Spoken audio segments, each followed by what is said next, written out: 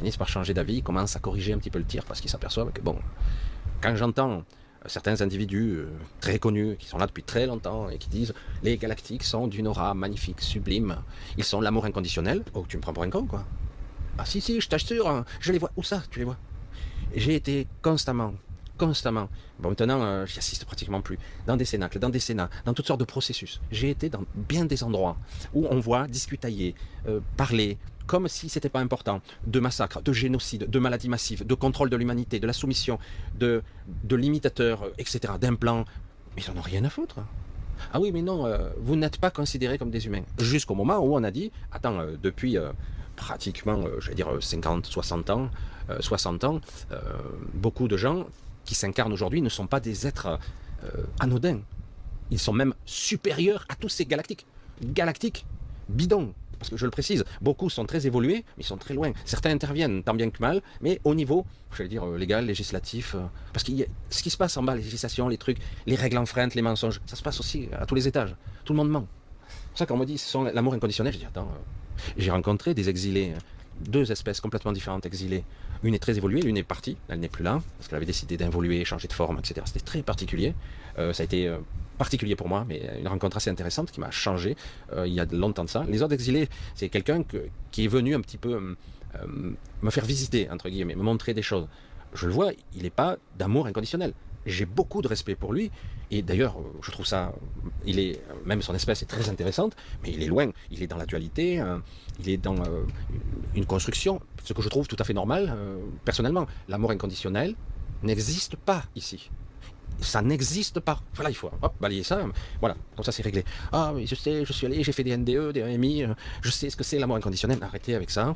Ça aussi, ce sont des inductions, des programmations. Parce qu'une fois que vous avez franchi le sas, parce que tous ceux qui ont témoigné ne l'ont pas franchi, hein, bien sûr que non, ils ne l'ont pas franchi, ils en étaient proches, mais ils ne l'ont pas franchi. C'est une technologie, c'est tout un système qui est très complexe, basé sur un système d'induction émotionnelle, etc., très puissant, qui, lorsque vous passez le sas, vous laissez derrière vous des parties de vous. Du coup, vous avez la sensation d'être bien, quoi. Je veux dire, avec un shoot, on arrive à des bons résultats. Hein. Une induction mentale, il y a des êtres qui sont tellement puissants, ils peuvent vous faire croire n'importe quoi. Après, une fois que vous avez passé le cap, c'est plus autant l'amour inconditionnel. Hein. Et non. Après, il y a la restructuration, j'allais dire l'aspiration de la mémoire, sur plusieurs niveaux, parce qu'on vous prend cette mémoire, vous la perdez pas, mais on vous la prend quand même, on vous la duplique. On vous prend votre intimité, on vous viole. Je sais pas comment le dire autrement. Ah mais non, il n'y a pas de jugement. Putain, c'est du viol. C'est quoi ça? C'est-à-dire que quelque part, vous êtes dépendant d'un système. Alors certains me disent, ah mais Dieu ne tolérerait pas ça. Mais vous ne savez pas, je ne sais pas non plus. Vous ne savez pas ce qu'est Dieu. Je parle de Dieu en tant que Dieu, le créateur, le manifesteur, celui qui est tout partout, Vous ne savez pas, et moi non plus. Dans les Écritures, tout ce qu'il y a, ce ne sont pas des dieux. Ce sont des entités très puissantes qui communiquent à travers la psyché de l'homme. Les prophètes, la télépathie. Il y a plein d'histoires qui le démontrent, mais on ne veut pas le voir, on préfère le voir sur le côté ou religieux ou philosophique. C'est intéressant, mais ce sont des civilisations antérieures plus évoluées. Quand on entend les histoires sur l'arche de l'Alliance et tout ça, je dis mais c'est de la technologie tout ça. C'est de la technologie, des fréquences, des trucs, de l'énergie électro et statique, etc. Ce n'est que de la technologie. Et c'est pour ça que c'est très intéressant, mais le problème, c'est qu'on est tellement baigné dans la spiritualité et on est tellement persuadé que mais non, c'est pas possible. Dieu, ce Dieu-là, pas le Deus qui vient, qui est judéo-chrétien, etc., qui descend de Jupiter, etc. Ce Dieu-là, ça n'a rien à voir. C'est pas Dieu, ça. Ce sont des entités d'avant qui descendaient du mont Olympe, etc. Voilà, tout a été décliné à partir de là. Ça n'a rien à voir avec le Créateur, celui qui est tout ce que nous sommes, hein, comme Marc le décrit comme lui. L'autre, le moi. Mais l'autre qui est au-dessus, intriqué, je ne sais pas comment on peut le dire. Moi je dis c'est tout ce qui est. C'est pour ça qu'on ne peut pas le décrire de cette façon-là. Dieu ne tolère pas. Mais Dieu, lui, ce Dieu-là, ce mot, parce que je le nomme, je le réduis volontairement pour me rendre compréhensible. Merde. Et ce Dieu-là est au-dessus de ça. Il n'y a ni bon ni mauvais. Il y a une sorte de jeu de dualité, de polarisation qui permet de valider une expérience. Mais ici, contrairement à ce qu'on croit, on ne valide pas l'expérience, on la perd.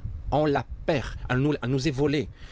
Nous sommes censés raffiner de l'adamantine, de l'énergie, créer une sorte de... Normalement, nous n'aurions pas dû être spoliés de cette énergie, parce que notre but n'est pas seulement de faire ça, mais aussi d'expérimenter, de transmuter une émotion, une expérience, de la comprendre au-delà de la forme, de l'assimiler, de l'intégrer ou de s'en souvenir. Parce que beaucoup d'entre nous, lors de nos évolutions respectives, nous avons évolué. Et tellement évolué, nous avons perdu quelques référents d'un retour de nos racines, de nos sources, la source de nous-mêmes. Alors, quelque part, l'expérience d'ici était là pour nous rappeler ce qu'est la source, ressentir ce qu'est la limitation. Et le problème, c'est qu'entre-temps, et c'était ça le projet, nous avons été bernés, même si nous n'étions pas dupes, quelque part. Hein, parce que beaucoup d'entre nous nous le savions déjà. Mais c'est compliqué. Donc, hein,